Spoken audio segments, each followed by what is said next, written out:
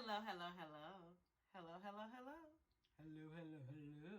Hey, y'all. This is Tamika, the face behind Hey HR.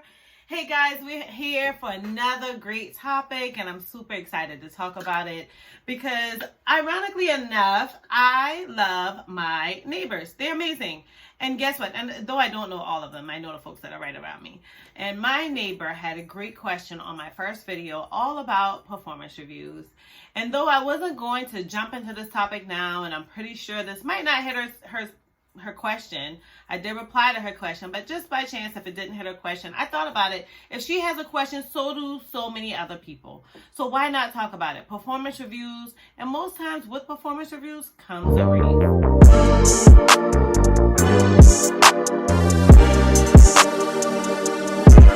So people always wonder, Tamika, the craziest thing about it all is I normally get people that hate performance reviews. If it's the supervisor, if it's the employee.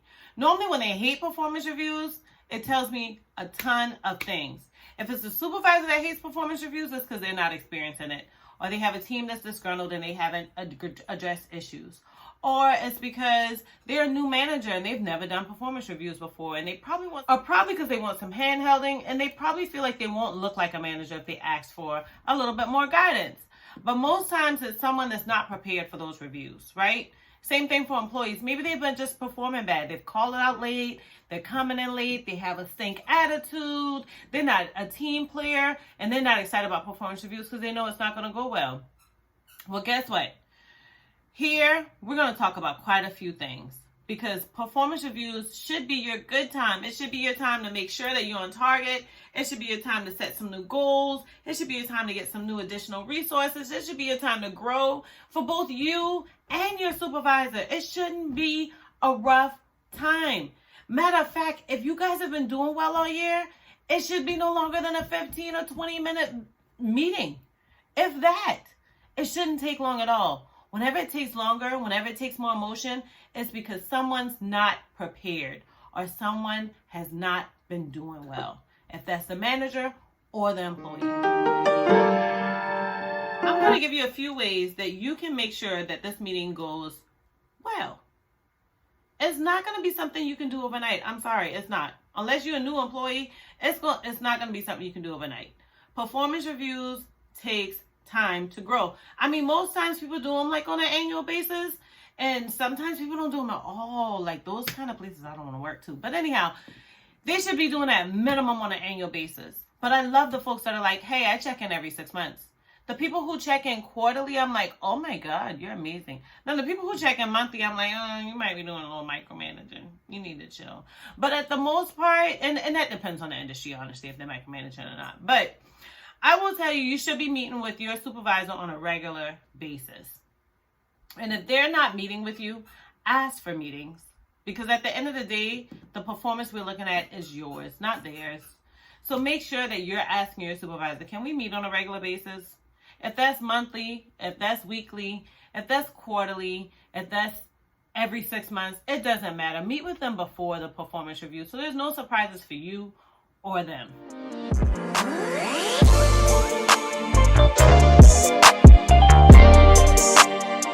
Make note of your goals to achieve and recap if you've achieved them. So first of all, when you first meet with your supervisor, they're going to make goals for you, you're going to make goals for you, and you guys should come together on a common ground on what those goals are, right? Make sure that you review, what are these goals? So this is what I have noted. This is what's in my performance review. Can we edit my performance review so it reflects what we talked about now? And then after you're done with that, if an edit is necessary, maybe you guys came to the same agreement. Then after that, what I want you guys to do, or what you should be doing, is saying, okay, let's recap these goals. How soon do you expect me to get here? You're going to give me the resources to make sure I get here. I'm going to bring the resources to make sure I get here. I'm going to do this to make sure you talk all that out. It shouldn't be like a hidden gem, something you're not aware of. Next thing you need to do is make sure that you get a clear understanding of your supervisor's expectations. And y'all, I'm sorry, I'm just pausing because my favorite word to go to is boss. Instead of saying supervisor, I just say boss. But everybody doesn't deserve that term. They don't get excited about it. So I'm going to say supervisor. Anyhow. So make sure that you understand your supervisor's expectations, because at the end of the day, they're kind of grading you. They know what the job entails. They know what they're looking for. They know what they expect from their employees. They're expecting this from all employees. It's not always going to be specialized to you. So make sure you know what their expectations are. Ask them questions if you're a little bit confused. And I'm just looking at my notes just to make sure I'm on target. But ask for demonstrations or a sample work of what they want if you've never done it before. Ask for additional training if you need it.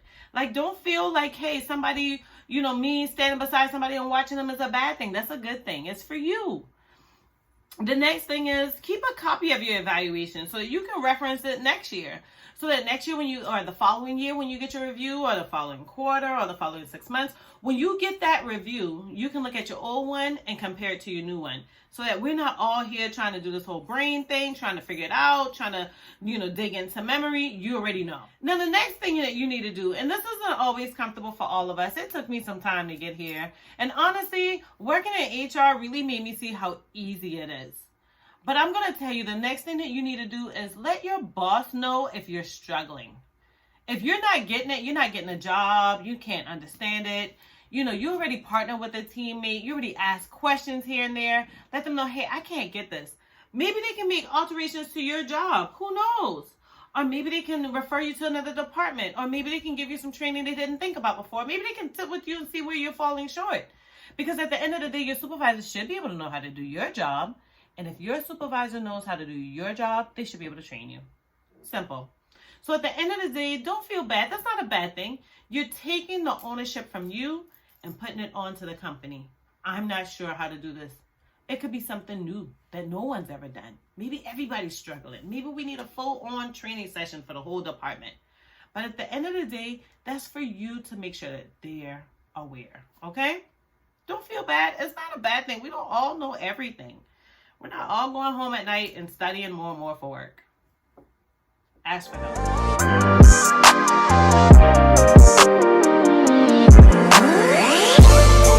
the final thing is, I want you to keep copies for your records. I want you to keep copies of your performance review. I want you to keep copies of whatever notes you may have taken. I want you to keep copies of whatever resources they may have given you. Keep copies. Make sure to write notes throughout your meeting. Whatever it is that you need to do, but always keep copies. It's for your records. It's to keep you safe. Sometimes it's helped to keep the supervisor in order. And maybe they might like having performance reviews because they're like, man, I don't have to remember everything. Every time I come in there, Tamika got it. She's on point. It could come out to be a compliment to you. At the end of the day, your notes are your roadmap for success. And guess what? If I were you, I would want my performance review to look well, because like I've said in the previous video, and I believe that is my video all about your resumes, you can always make sure to use your performance review as your letter of reference. If at the new job, you go there, you can upload your performance review into their online system, or you can email it to them if they're like, what would your supervisor say about you? Or if they're like, hey, we need a letter of reference, say, I don't have a letter of reference, but I do have my last performance review for my last job. If it's a good performance review, then it's going to help you out and you'll do well. That's the great thing. We're not just listening to you. We're listening to the last person that supervised you. So it's always a great thing to have that letter of reference in place. Well, this was a quick video today, guys, and I just thank you so much for joining in. If this is your first time to my channel, I just want to say thank you so much for joining my community. This is all things HR, mainly focused at employees, but definitely we will include some employer things and for job seekers as well. But guess what? I want this to be a place that you can use as a reference, just a common ground of just, hey, what does a neutral person think about XYZ topic in HR? Well, I'm your person for that. And I just want you to continue to use me as a resource. At the inside my channel, I also have links or actually playlists to other HR professionals. So if you're like, hey, Tamika, you hit on some things, but I kind of could use some other resources, go to my playlist. I have some other folks that I've been watching their videos and I think that they're amazing. And guess what? They have tons of followers, tons of views. So a lot of people think that they're amazing as well. And please, by all means, if you made it this far, I would love if you leave a comment. And if you can do me a favor, just leave a comment that says GOLD, GOLD. Thank you. Thank you so much for joining in on my channel. If you're brand new and you made it this far, definitely hit the like, hit the subscribe button, definitely hit alert so that you can check out more videos. More videos come out every Sunday at noon. Again, thank you so much. This is Tamika from Hey HR. Have a good day.